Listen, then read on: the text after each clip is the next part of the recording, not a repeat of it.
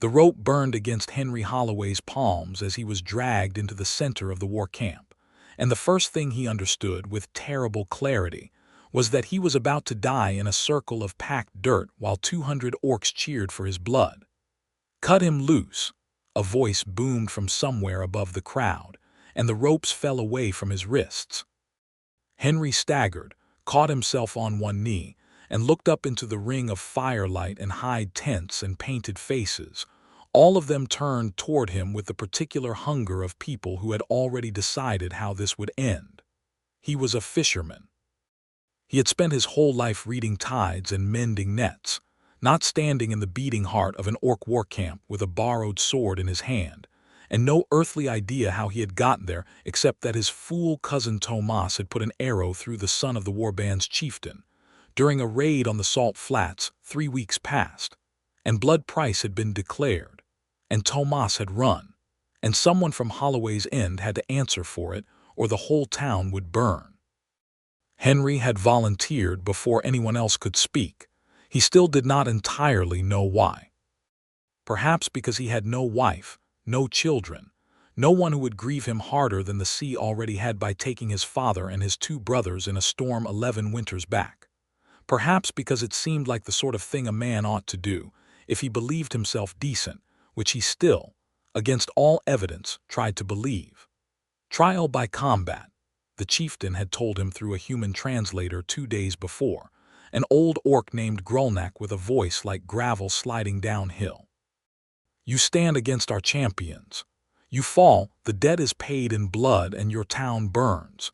You stand against all of them until none remain who can fight, the debt is paid in courage and your town lives." "All of them," Henry had repeated.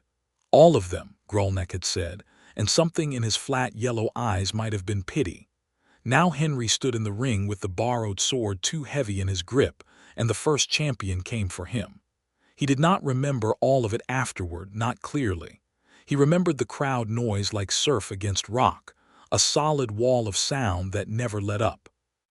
He remembered the first orc, a mountain of scarred muscle named Drazkul, driving him back with blows that numbed his arms to the shoulder, and Henry ducking one wide swing and getting inside the man's reach the way his father had taught him to get inside a wave that could kill him, not by strength, never by strength, but by not being where the strength wanted to land. He remembered scoring a shallow cut along Drazkul's ribs that made the orc grunt in surprise more than pain, and then the second champion stepping in when the first stepped back, because these were not duels of honor meant to be fair, they were meant to grind him down. He remembered thinking, somewhere in the 4th or 5th exchange, that he was going to die here and being strangely calm about it, the way he had been calm once when a rogue wave took him under and he had simply waited, trusting the sea to spit him back up or not, because fighting it only wasted the air in his lungs. He did not fight like an orc. He could not. He had no strength to match theirs, no size, no reach. So he fought like a fisherman fights the tide sideways, patient, always moving, always looking for the moment when the wave overreached itself and left an opening. He tired his opponents. He let them swing at empty air until their shoulders burned. He took blows he could survive to avoid blows he could not. 3 champions fell to exhaustion and shallow wounds and Henry's stubborn refusal to stay where a blade expected him to be. A 4th caught him across the temple with the flat of an axe and the world went white and ringing, and Henry went down onto one knee in the dirt, and he heard the crowd roar in a way that told him this, finally, was the moment they had been waiting for. He got up anyway. He did not know why. His legs simply would not agree to stay down. That was when Ugak Wildheart stepped into the ring. He would remember later every detail of that moment, because it was the moment his life changed direction as surely as a ship coming about in a storm. She came through the crowd like the crowd itself made way for her out of something more than obedience, reverence, maybe, or the particular respect reserved for those who have earned fear honestly. She was tall even among orcs, taller than Henry by a full head, built with the dense, coiled power of someone who had spent a lifetime turning strength into an art. Her skin was a deep mossy green, weathered by sun and wind, marked along one forearm with pale battle scars that looked deliberate rather than accidental, as though each one told a story she was proud of. Her dark hair was bound back in thick braids threaded with small bones and beads of red glass, and her eyes, when they found his, were a startling amber gold, sharp and assessing and entirely without the bloodlust he had seen in every other face around that ring. She wore fitted leathers, dark and supple, cut close along her powerful frame, a sleeveless bodice laced tight up the front that left her arms bare to the shoulder, and leather leggings tucked into high boots, all of it clearly made for a warrior who valued freedom of movement over decoration, though it did nothing to hide the strength and shape of her. A short curved blade hung at her hip, and a second, longer one across her back, but she drew neither as she stepped into the ring. She simply stood there for a moment, looking at Henry Holloway with an expression he could not read, and then she looked at the chieftain. "He has beaten 4 of your best," she said in the common tongue, her voice low and rough-edged like stones grinding together, "and you send children to finish what stronger arms could not. Is this how War Chief Malgath teaches respect? By making a broken thing of a man who has already proven he deserves better? He is human," someone shouted from the crowd. "He does not deserve anything." "He deserves to fall to a fighter worth the name," Ugak said, and there was iron underneath the words. "Not to be finished off like a wounded animal for sport."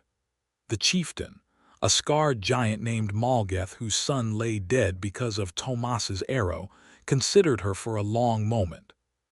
"You wish to stand as final champion, Wildheart.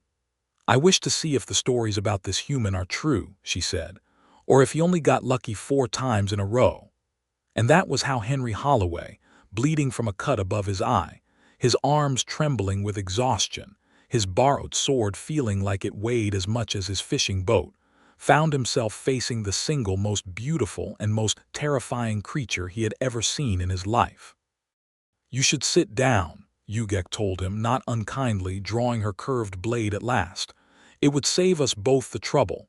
"I have a town waiting on me," Henry said. His voice came out steadier than he felt. "Reckon I'll stay standing as long as my legs allow it." Something flickered across her face, surprise, maybe, or the first faint edge of interest. "Stubborn," she said. "Good. I do not enjoy killing things that do not fight back." She came at him not with the brute, overwhelming force the others had used, but with a controlled, testing precision, as though she were solving a puzzle rather than ending a life. Henry backed and circled, using every trick that had kept him alive this long, and for a dozen exchanges he actually held his own, catching her blade on his, sliding away from strikes by inches, reading the set of her shoulders the way he read the set of clouds before a squall. But she was better than the others, far better. She was not tired, not overextending, not making the mistakes exhaustion had forced into her kinsmen's swings.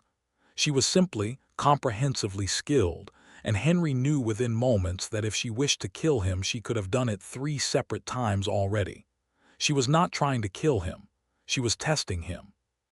The realization came to him even as his sword was knocked from his numbed fingers, and he found himself on his back in the dirt with her blade resting light as a whisper against his throat, her amber eyes looking down into his with an expression that had gone strange and searching. The crowd had gone utterly silent, waiting for the killing stroke. "Yield," Ugak said quietly for his ears only. "You have already won more than you know. There is no shame in it now."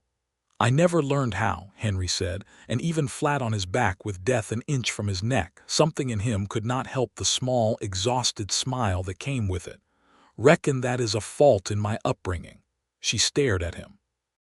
And then, to the utter shock of every orc in that circle, Ugak Wildheart began to laugh, a genuine, surprised bark of laughter, and she withdrew her blade and stood, offering him her hand. "He yields nothing," she announced to the war camp, hauling Henry up onto unsteady feet with a grip that could have crushed stone. "He stands, the last man standing. The trial is ended. The debt is paid in courage as your own law demands, War Chief." Malgath's jaw worked, fury and tradition warring plainly across his scarred face, But the orc gathered around the ring had begun murmuring, and Henry understood enough of their tongue by then, picked up in 2 days of captivity, to catch the word that moved through the crowd like a current: chosen. Chosen. The human has been chosen by Wildheart. None may challenge that now. The law is the law, Grolnek said from the crowd's edge, sounding almost pleased. He stood against all who were sent. The blood price is answered. Malgeth spat into the dirt, turned, and walked away without another word, and that apparently was the end of it. Henry swayed on his feet, the adrenaline draining out of him all at once, leaving behind an ocean of pain and a bone-deep exhaustion he had never felt in his life, not even after 18 hours pulling nets through a gale. Ugak's arm came around him before he hit the ground, startlingly gentle for someone who had just been trying to kill him. "Easy," she said, low, amused, her breath warm against his ear. "You survived an entire war camp's worth of champions. Do not ruin it now by fainting like a maiden." "No promises," Henry managed, and then the world went dark. He woke to firelight and the smell of wood smoke and something herbal and bitter, lying on a pile of furs inside a hide tent, his wounds cleaned and bound with a competence that surprised him, until he saw her sitting cross-legged beside him, methodically wrapping a fresh strip of cloth around his ribs where Drazkul's blow had cracked something that ached with every breath. "You are awake," Ugak said, not looking up from her work. "Good. I was beginning to think I had wasted a very good bandage." Where his voice cracked. She lifted a water skin to his lips without being asked, and he drank gratefully before finishing the question. "Where am I?" "My tent," she said. "It seemed unwise to leave you where Malgeth's people might decide the trial's outcome was open to reinterpretation while you slept." Henry absorbed this. "You're protecting me." "I am protecting the honor of my judgment," she said, though something in the set of her mouth suggested this was not the whole truth. "I declared you the last man standing before the entire camp. If you die of a fever 3 days later because someone slipped a blade between your ribs, it makes a fool of me. I do not care for being made a fool." "Sure," Henry said, watching her face rather than the bandage. "That's it then, just your pride." Her amber eyes flicked up to his, sharp and unreadable. "What else would it be, fisherman?" He did not have an answer for that, not yet, though something in his chest had already begun turning toward her the way a compass needle turns north, helpless and certain. "How'd you know I was a fisherman?" "You fight like the sea," she said. "I have fought men from your coast before. They swing like woodcutters, plant their feet like farmers. You move like something that has spent its whole life refusing to be pinned down by something larger than itself." She tied off the bandage and sat back, studying him with open, frank curiosity. "It was clever. I have not seen a human fight that way before." "Wasn't cleverness," Henry admitted. "Wasn't much of anything except knowing I couldn't win a fair fight, so I made sure it wasn't fair in a different direction." Something that might have been respect moved through her expression. "That is a kind of wisdom, Henry Holloway." She said his name carefully, as though testing its shape in her mouth, and he felt it land somewhere low in his chest, warm and strange. "Most men your size do not have it. They believe courage means standing still and taking the blow. Courage got beat out of that notion pretty quick when I was 12, and my father showed me what a wave can do to a man who stands still." She tilted her head. "Tell me of this father." And so, lying wounded on furs in an orc war chief's daughter's tent, for that was who she was, he would learn later that night, Ugak Wildheart, only daughter of the previous war chief. A woman who had earned her place among the camp's fiercest not through birthright, but through 3 decades of being better than every rival who challenged her. Henry Holloway told her about his father and his brothers and the storm that took them. About the small stone house above the harbor at Holloway's End where he lived alone now, about nets and tides, and the particular loneliness of a man who had buried everyone who ever taught him how to love something. She listened. She did not interrupt, did not offer easy comfort, simply listened with her whole attention the way he imagined she did everything, and when he finished she was quiet for a long moment. "I have never lost anyone to the sea," she said finally. We do not go near it, my people. It is your element, not ours. But I understand what it is to have your family taken by something larger than yourself, something that cannot be fought or reasoned with." She did not elaborate, and he did not ask, sensing the boundary of a grief still too raw for a stranger's questions. "I think," she added, "that is why you did not break today. You have already survived the worst thing the world can do to a man. A trial by combat is nothing after that." "Didn't feel like nothing," Henry said, and she laughed again, that same surprised bark from the ring, and something in his chest loosened at the sound of it. "No," she agreed. "I imagine it did not." He stayed in that tent for 6 more days while his ribs knitted and his bruises faded from purple to sickly yellow-green.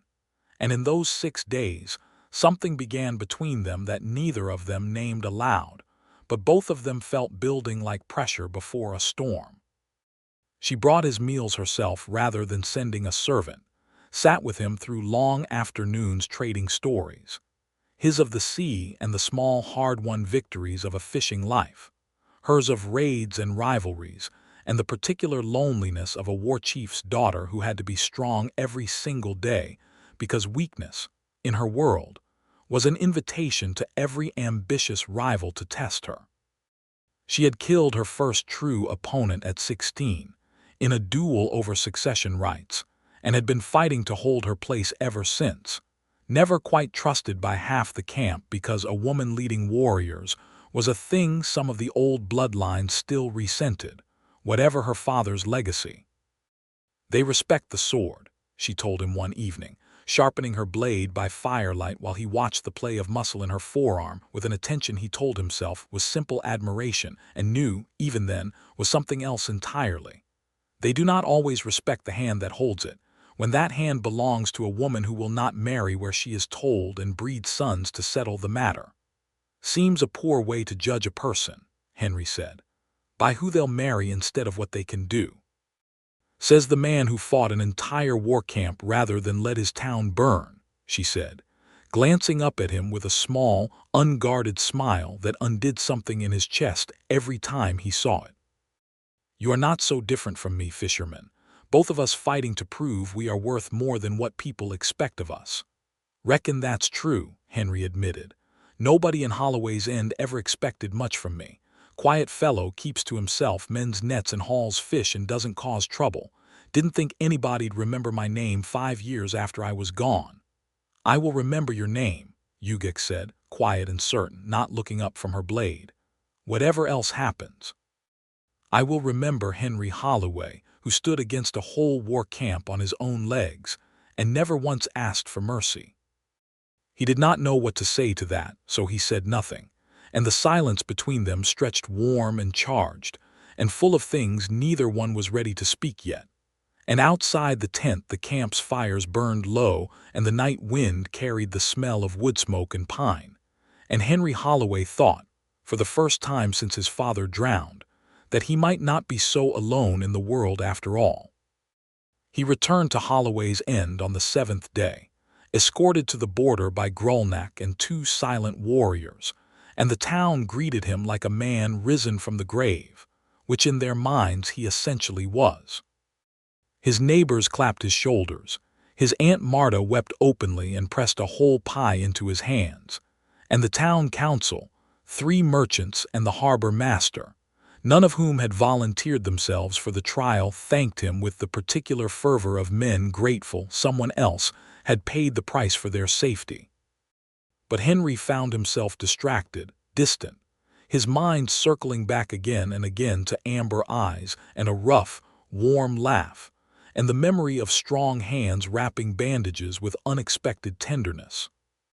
He went back to his nets, back to his boat, back to the tides, and found the rhythm of his old life had gone strangely hollow, as though a color had gone missing from the world. He told himself it would pass. It did not pass. 3 weeks later, Ugak Wildheart rode into Holloway's End alone, on a huge dun-colored war horse, wearing the same fitted dark leather she had worn in the ring, her braids swinging as she reined in at the edge of the market square, and the entire town went dead silent around her.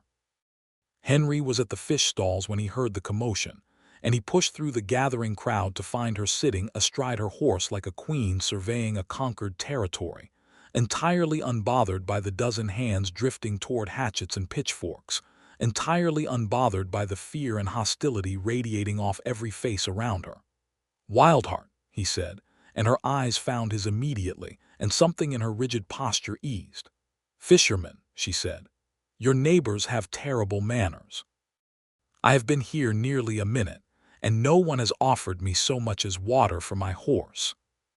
"That's because most of them have never had an orc ride into their market square before," Henry said, moving through the crowd toward her, aware of the tension coiled in every watching body, the harbor master's hand tight on the hilt of a knife he had no idea how to use against someone like her. "Best you tell me why you're here before somebody does something stupid." "I came," she said, loud enough for the crowd to hear, "because War Chief Malgeth has decided the blood price of his son is not fully answered by a trial he did not personally sanction with his blessing, whatever the old laws say. He gathers support among the younger warriors. He means to raid this town within the month, trial or no trial, law or no law." Her jaw tightened. "I came to warn the man who beat me fair because I do not let good debts go unpaid, and because—" She stopped herself, and for the first time since he had met her, Henry saw Ugak Wildheart look uncertain. "Because I did not wish you dead in a raid I could have prevented with a single conversation." The crowd murmured, fear shifting into something more complicated: gratitude, confusion, disbelief, that a monster from their nightmares had ridden 2 hours to save the town that had sent Henry Holloway to die. "Why would an orc warn us?" the harbor master demanded, stepping forward despite Henry's warning look. "This is a trick. You mean to scout us?" "I mean," Ugak said, and her voice dropped into something dangerous, "to save the life of a man who deserves better than to die because your council was too cowardly to send anyone but a fisherman to pay a debt they helped create." She looked around at the assembled townsfolk with open contempt. "You should be ashamed, all of you, that it was him and not one of you standing in that ring." Nobody had an answer for that. Henry stepped closer to her horse, close enough that he had to tilt his head back to meet her eyes properly. "How much time do we have?" he asked, quiet, all business now, the fear of a raid settling cold and real in his gut. 3 weeks, perhaps 4. She swung down from her horse in a single fluid motion, landing lightly despite her size, and stood close enough that he could smell wood smoke and leather and something underneath that was simply her. "I can help you prepare. Malgath's people fight in a particular way, predictable if you know what to watch for. I have fought beside them and against rivals from other bands my whole life. I know their weaknesses. You'd help us against your own people," Henry said. "For me." Something vulnerable flickered across her face before the warrior's mask slid back into place. "I would help you," she said simply, "because you are worth helping. Whatever comes after that, we can discuss when your town is not in immediate danger of burning." She stayed in Holloway's End for the better part of that week, and the town's fear of her curdled slowly into something closer to wary respect, as she walked the perimeter with the harbor master and 2 fishermen who fancied themselves militia, pointing out the weak places in their makeshift defenses, showing them how orc raiding parties typically struck at the tree line where the forest crowded close to the northern fields, how they preferred fire and noise to draw defenders away from the true point of attack. She slept in the loft of Henry's small stone house above the harbor, because no innkeeper in town would risk the business of having her under their roof, and Henry would not hear of her sleeping outside like some stray.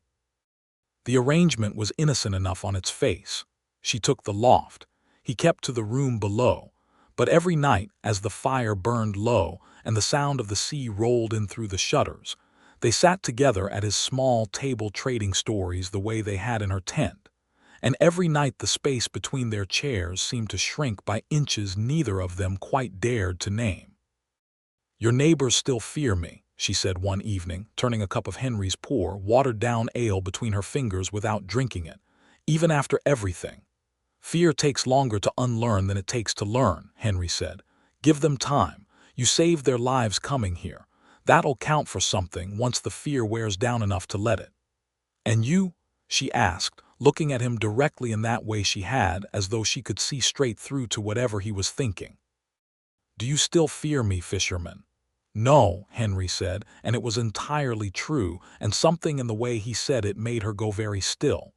Haven't feared you since that ring. Might be I should. Don't seem to be able to manage it, though.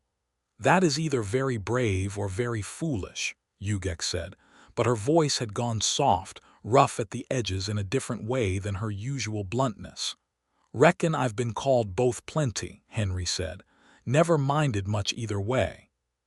She reached across the small table then and laid her hand over his, a huge hand, easily twice the size of his own, calloused from a lifetime of sword work, and yet the touch was gentle, deliberate, almost hesitant in a way he had never seen from her before.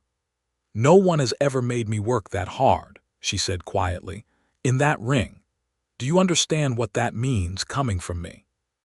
I have fought since I could hold a blade. I have beaten champions twice my size and warriors with 20 more years of experience. I did not expect a fisherman with a borrowed sword to be the fight I remember best out of all of them. Henry turned his hand beneath hers, so their palms pressed together, his fingers curling slightly around the edge of her hand because he could not do much more, given the size of it. Wasn't trying to make an impression, he admitted. Was mostly trying not to die. You did both, she said, and there was something raw in her voice now, something that had been building since the moment she stepped into that ring and found a man who would not stay down. I have thought of little else these 3 weeks. I told myself it was pride, that I only wished to see the man who beat me survive to prove my judgment sound. But that was never the whole truth. What's the whole truth? Henry asked, barely above a whisper, because the air between them had gone tight and charged and he could feel his own pulse in his throat. The whole truth, Ugak said, is that I have never wanted anything the way I have wanted to know you, Henry Holloway. Not since I was young enough to still believe wanting things was simple. Her thumb traced slow, deliberate circles against the back of his hand. This is not simple. You are human. I am orc. Our peoples have hated each other longer than either of us has lived. And still, I find I do not care when you look at me the way you are looking at me now. How am I looking at you? Henry asked, though he suspected he already knew. Like I am something worth having, she said, instead of something to be feared or used or endured. No one has looked at me that way in a very long time. He stood slowly, giving her every chance to pull away, and when she did not, he leaned down and kissed her softly at first, testing, and then with a hunger that surprised them both when she rose from her chair and kissed him back, one huge hand cupping the back of his skull with a tenderness that belied her strength, the other fisting in the front of his shirt as though she meant to make sure he could not escape even if he wanted to. He did not want to. He wanted, with a clarity that startled him, everything she was offering and more. They broke apart eventually, both of them breathing hard, foreheads resting together in the firelight. This complicates things, Ugak said, but she was smiling that rare unguarded smile he had come to treasure. Reckon it does, Henry agreed. Don't much mind, though. No, she said. Neither do I. That night changed the shape of everything between them, though they did not rush further than that kiss. There was a raid to prepare for, a town to defend, and both of them understood, without needing to say it, that whatever they were building deserved better than to be born out of the desperation of impending violence. But the charge between them did not fade after that kiss. If anything, it deepened. Every glance across a room, every accidental brush of hands while working side by side on the town's defenses, every quiet evening at the small table becoming a slow, deliberate seduction neither of them hurried to finish, both of them savoring the anticipation the way a man savors the last good weeks of summer before the storms come. She would find excuses to stand close while showing him some point of orc fighting technique, her hands adjusting his grip on a blade with lingering touches that had nothing to do with instruction, and everything to do with the way her breath would catch slightly when he turned his head and found her face inches from his own. He would find excuses to walk with her along the harbor in the evenings, their shoulders brushing, his hand finding the small of her back when they navigated the crowded docks, and neither of them commented on it, both of them simply letting the warmth build between them like banked coals. The raid came on a moonless night 11 days later, and it came exactly where Ugak had predicted it would. Malgeth led perhaps 40 warriors through the tree line at the northern edge of the fields, torches and war cries meant to drive panic through the town. But Holloway's end was ready, thanks to 11 days of preparation, trenches dug, where horses would stumble, oil-soaked barricades that could be lit in return, and every able-bodied man and woman armed with whatever they could find, standing their ground instead of scattering. Henry fought at the front line beside the harbor master, his borrowed sword replaced now by a proper blade Ugak had helped him choose, and had spent long evenings teaching him to use with something more than desperate improvisation. He was better now, not a warrior by any measure that would impress her people, but no longer the terrified man who had stumbled through his trial on pure stubbornness alone. He fought with purpose, protecting a line of frightened neighbors who had never held a weapon in their lives, and when a raider broke through and came for a cluster of huddled children near the granary, Henry was the one who put himself between them, taking a glancing blow to the shoulder that would leave a scar but saved a young girl's life. But it was Ugak Wildheart who ended the raid, and the way she did it would be spoken of in Holloway's end for the rest of everyone's lives. Malgeth himself came for her, furious that his own former ally had turned against him, and the two of them met in the open ground before the granary in full view of both raiders and defenders, the fighting around them slowing and then stopping entirely as everyone present recognized they were witnessing something that mattered more than the raid itself. This was a challenge for leadership, for legitimacy, playing out in the middle of a human town under a moonless sky lit only by scattered torch fire. Malgeth was bigger than her, heavier, a war chief who had led for a decade through sheer intimidating force. He came at her like a landslide, and for a dozen brutal exchanges it seemed even Ugak's skill might not be enough against his raw power. Then Malgeth overextended on a massive overhead strike meant to end the fight in a single blow, and Ugak did something that made every witness, human and orc alike, fall utterly silent. She caught his descending blade in her bare hand. Blood welled instantly between her fingers where the edge bit deep, but her grip held, her whole body a coiled column of impossible strength as she stopped a blow that should have split her skull, stopped it dead in the air with nothing but her own hand and will. The crowd jeering raiders who had been screaming war cries moments before, terrified townsfolk who had been braced for slaughter, went completely, utterly silent, the only sound the crackle of torches and Malgeth's ragged, disbelieving breathing.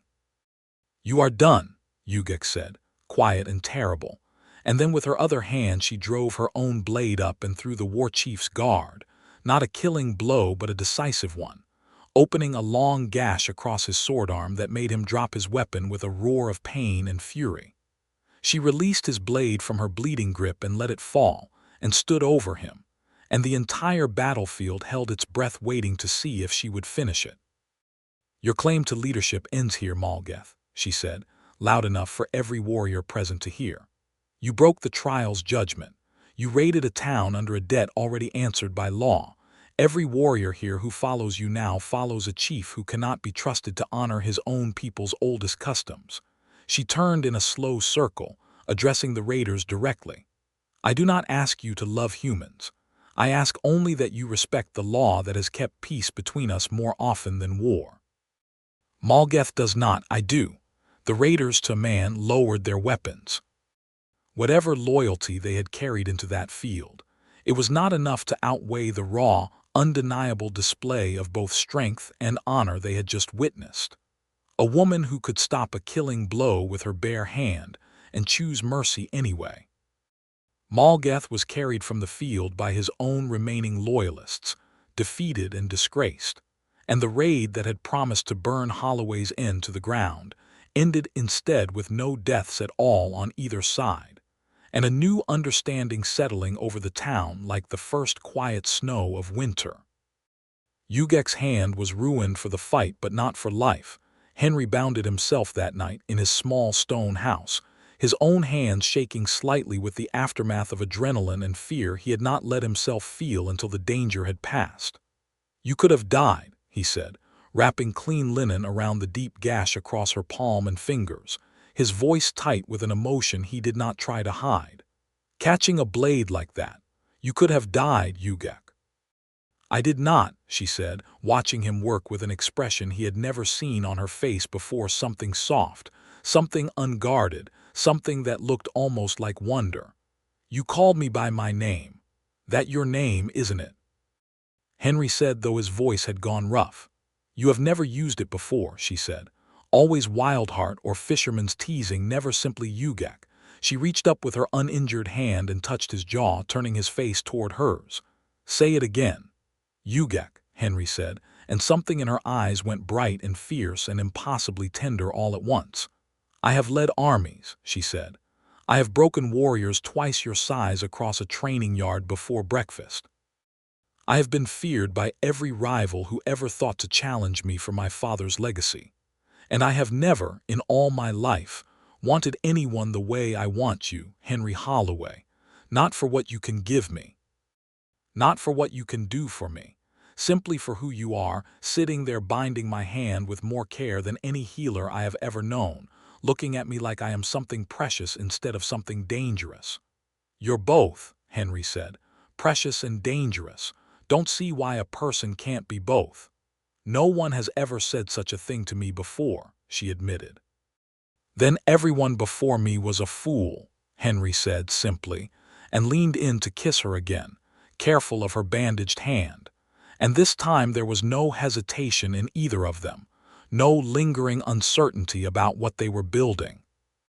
This time the kiss deepened into something hungrier, something that had been building for weeks through every stolen glance and lingering touch, and when they finally broke apart, both of them were breathing unsteadily. "Stay," Henry said, quiet, honest, laying everything he felt bare in a single word. "Not just tonight. I mean stay, Ugak, whatever that looks like, whatever it costs either of us with our own people. I don't much care anymore what anybody thinks is proper. I know what I want, and it's you." She was quiet for a long moment, studying his face in the low firelight, and Henry found himself holding his breath, uncertain for the first time since that ring what her answer might be. "I have spent my whole life fighting for a place among my own people," she said finally, "proving I belong through strength, through victory, through never once showing weakness. It is exhausting, Henry, to always be fighting to be seen as enough."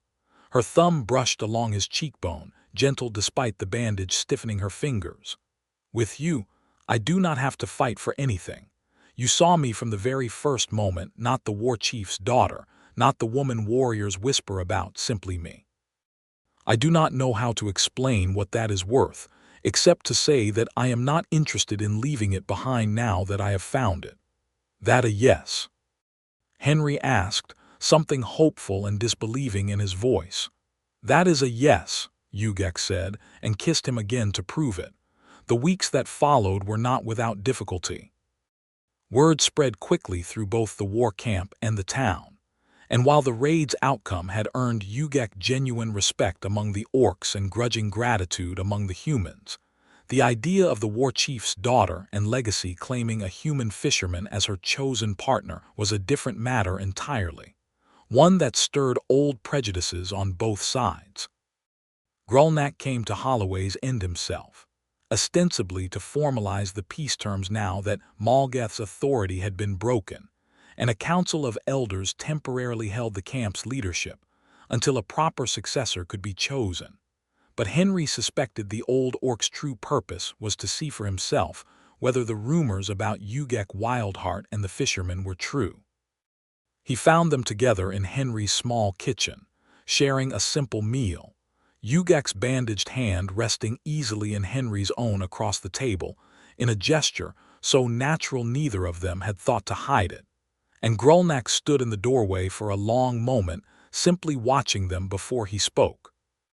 "The camp speaks of little else," he said finally. "Wildheart and the human who would not fall." "Let them speak," Ugak said, not releasing Henry's hand. "I am no longer interested in living my life according to what the camp finds comfortable to gossip about."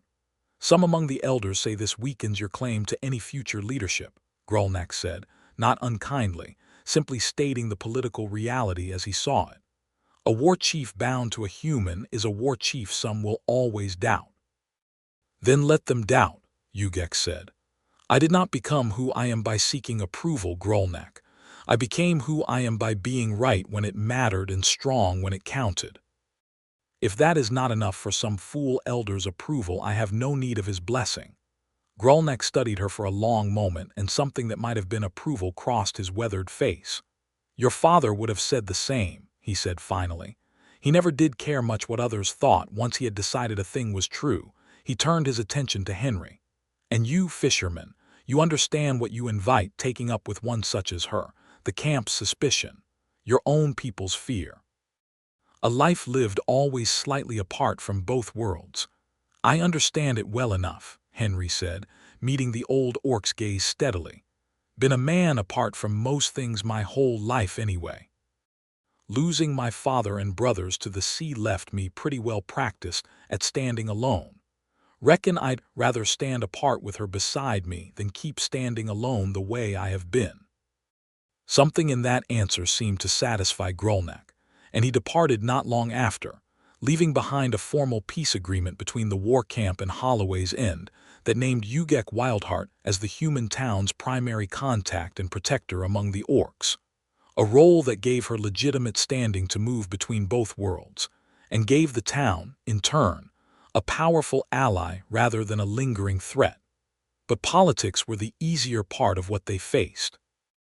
The harder part was watching some of Henry's own neighbors struggle to accept what was happening between them. It came to a head one market day nearly a month after the raid, when Ugak walked with Henry through the town square to purchase supplies for the small repairs she had taken to helping him with around his house. She had, somewhat to her own surprise, developed a genuine fondness for the rhythm of coastal life, for the smell of salt and tar, for the particular satisfaction of mending a net alongside Henry in companionable silence while gulls wheeled overhead. A cluster of men outside the tavern, well into their cups despite the early hour, began muttering as the couple passed, loud enough to be heard. "Ought not to walk our streets so free," one of them said, a burly dockworker named Pell who had lost a cousin in an orc raid years back, long before Ugak had ever set foot near Holloway's End. "Whatever peace agreement the council signed, don't mean I have to like seeing one of them hand in hand with our own kind." Henry felt his jaw tighten, felt the old familiar instinct to keep his head down and avoid confrontation that had served him well his whole quiet, careful life.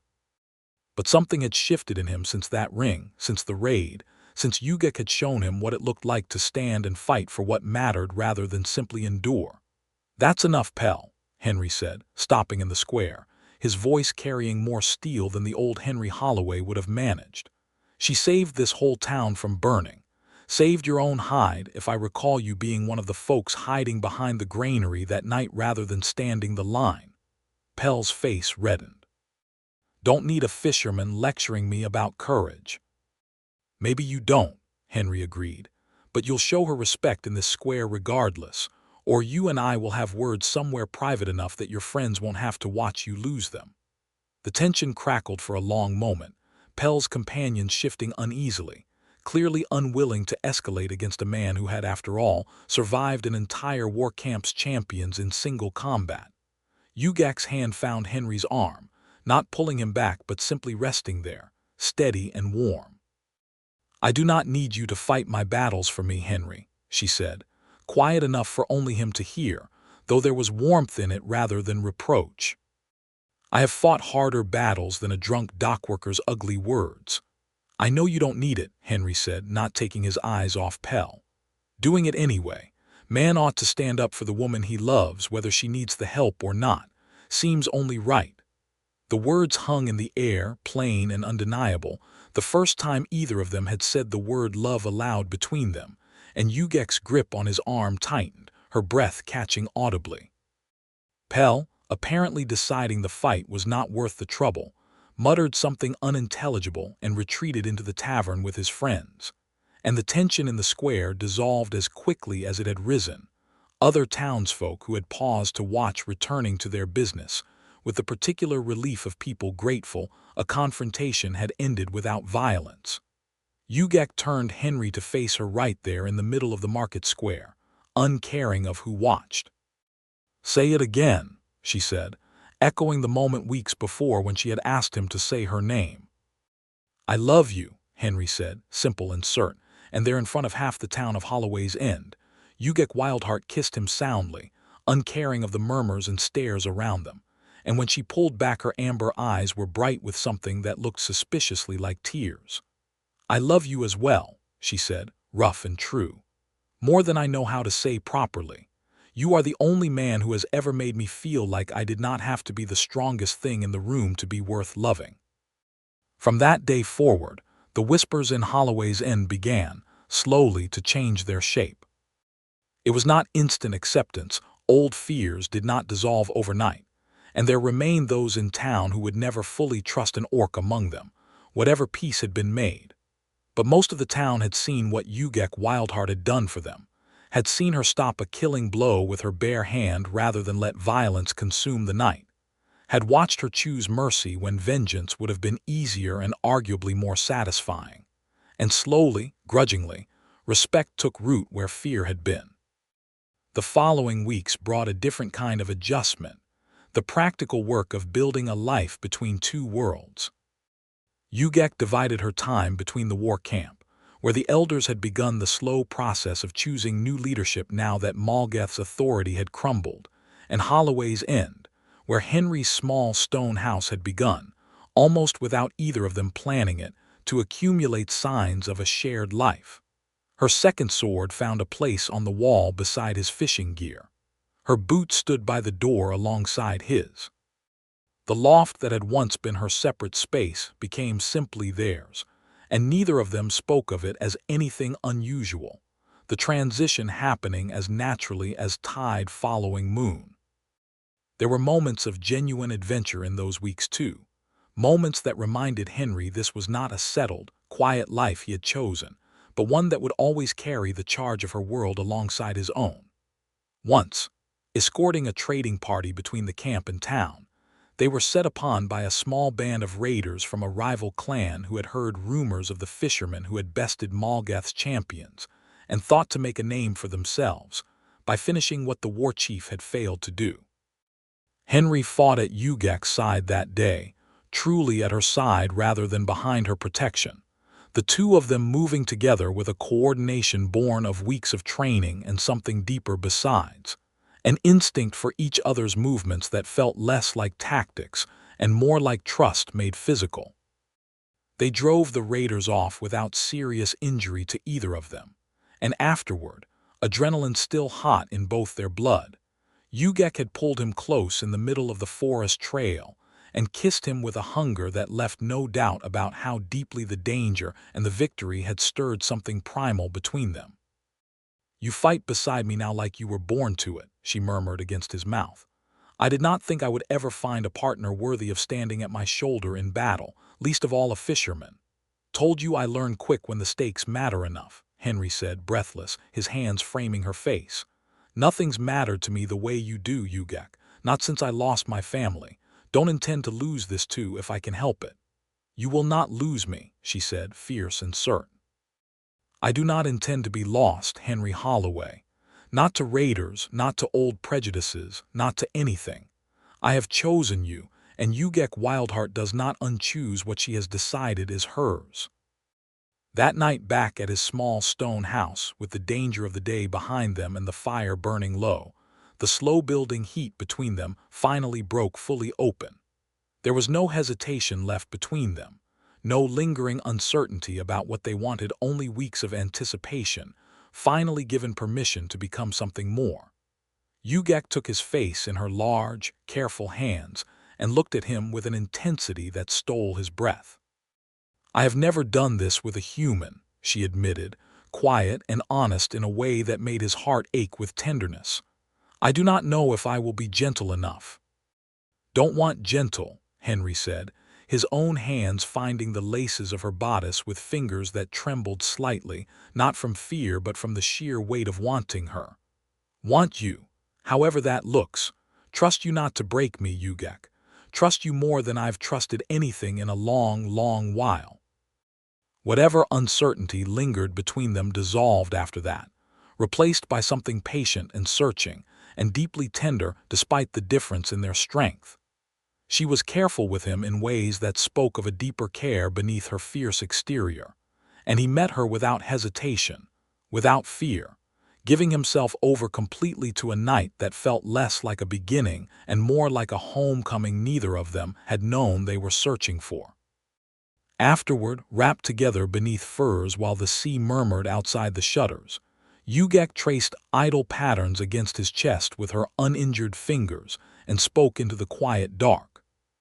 "Among my people," she said, "when a warrior chooses a partner they intend to keep, there is a custom, a mark given and received to show the bond is not casual but chosen with full intention. I have never given it to anyone, never wished to until now." "Tell me," Henry said, propping himself up to look at her. She showed him then a small ritual scar, deliberately made, placed along the inside of the forearm where it would be visible but not showy, a mark that among Orc customs signified a chosen bond rather than mere attraction. "It is not required," she said. "You are human. Your customs are different. But I would give this to you if you would have it and receive its match from you in turn.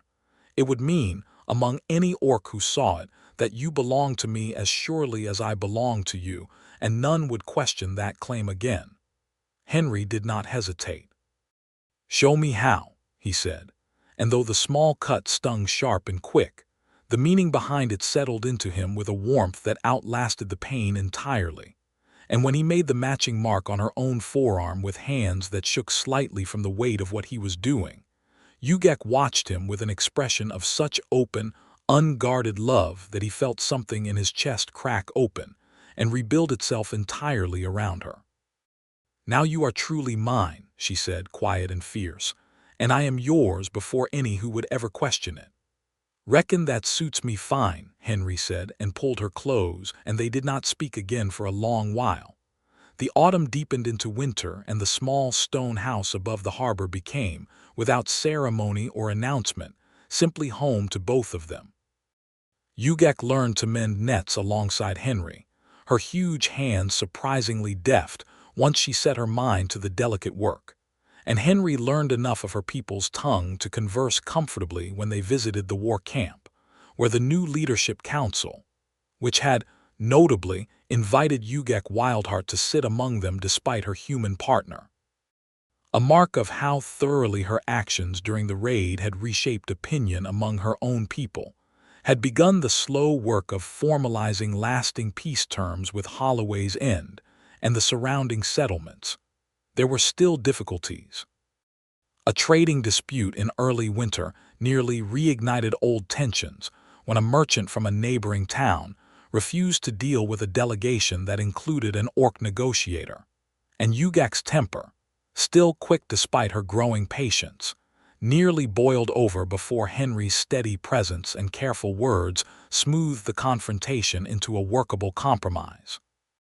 There was an awkward evening when Henry's Aunt Marta, visiting for the winter solstice, struggled visibly to reconcile her fondness for her nephew with her lifelong fear of Orcs, though by the end of that evening, watching Ugak laugh genuinely at one of Henry's dry jokes while helping clear the dinner dishes with unexpected domestic ease, even Marta's guarded heart had begun to thaw.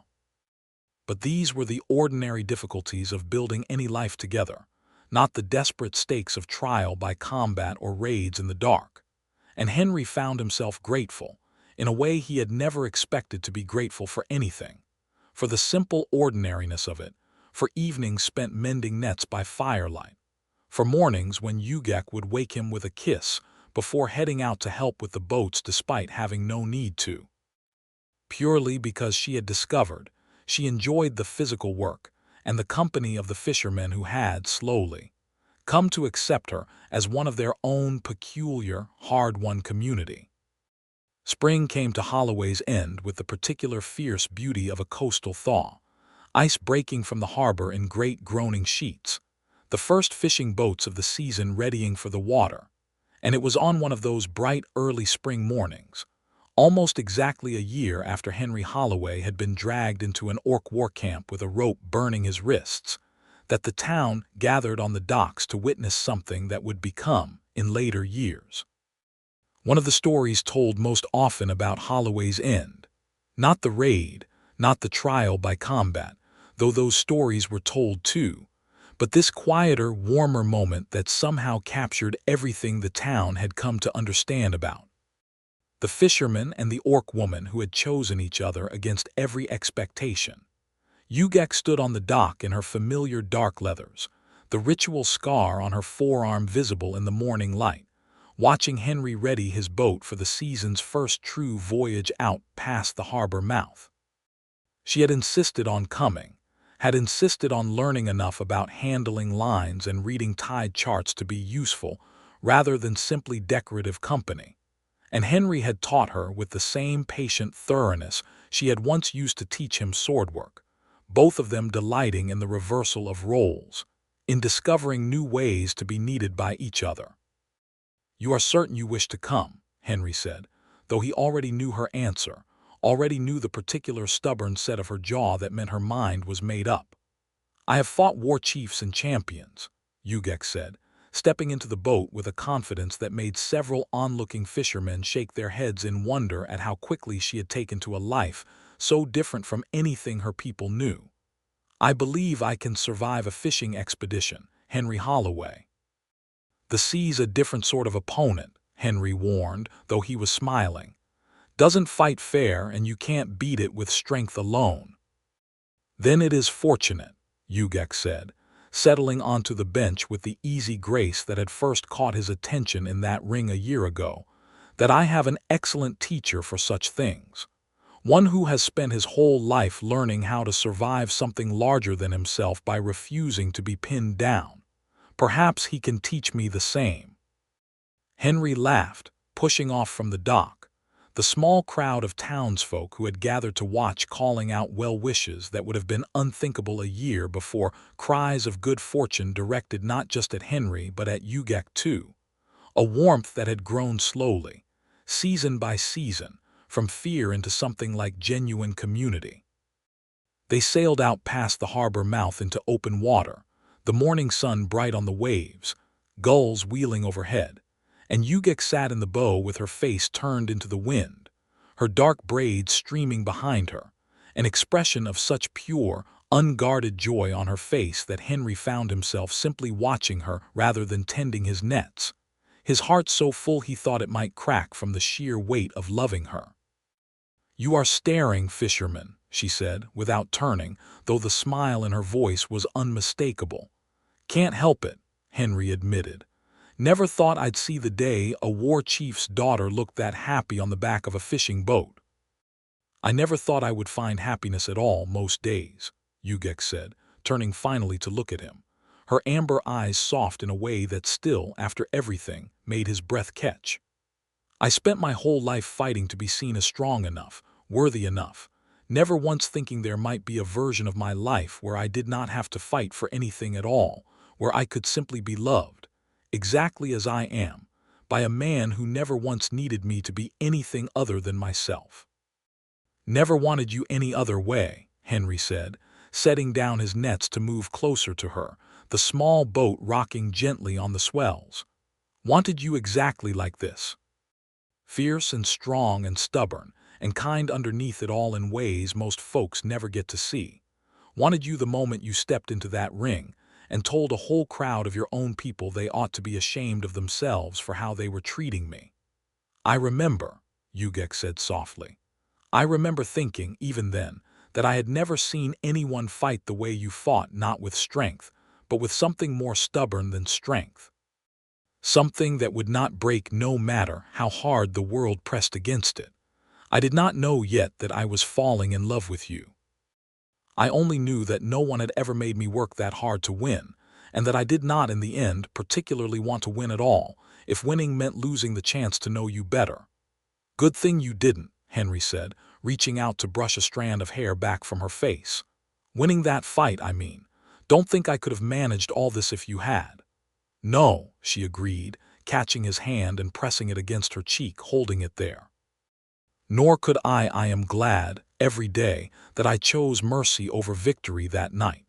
It has given me the only thing I ever truly wanted, though I did not know I wanted it until you were standing there, refusing to stay down.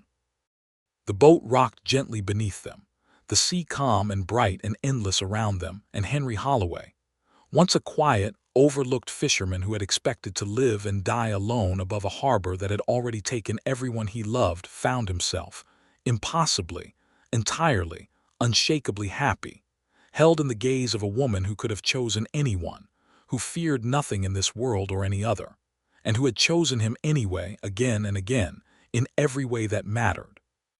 "I love you," he said, simple and certain, the words no longer strange or new between them, but worn smooth and true from a year of daily use. "More than I've got words for, Ugak Wildheart. More than the sea, more than anything I ever thought I'd get to have. And I love you, Henry Holloway," she said, "last man standing, first man to ever make me want to stop fighting long enough to simply live. I do not intend to let you go. Not to the sea, not to old fears, not to anything this world might throw at us. Whatever comes, we face it together, as equals, as we have from the very beginning." "Together," Henry agreed, and sealed the promise with a kiss there in the small fishing boat, bobbing gently on the bright spring water, with the whole of their shared life stretching out ahead of them like calm seas after a long and terrible storm. A life built not on rescue or obligation or the desperate stakes of trial by combat, but on the steady, ordinary, extraordinary choice two people make every single day to stand beside each other, equals in strength and in love. Exactly as they were always meant to be. The town of Holloway's End would tell the story for years afterward, embellishing it here and there the way all good stories grow in the telling.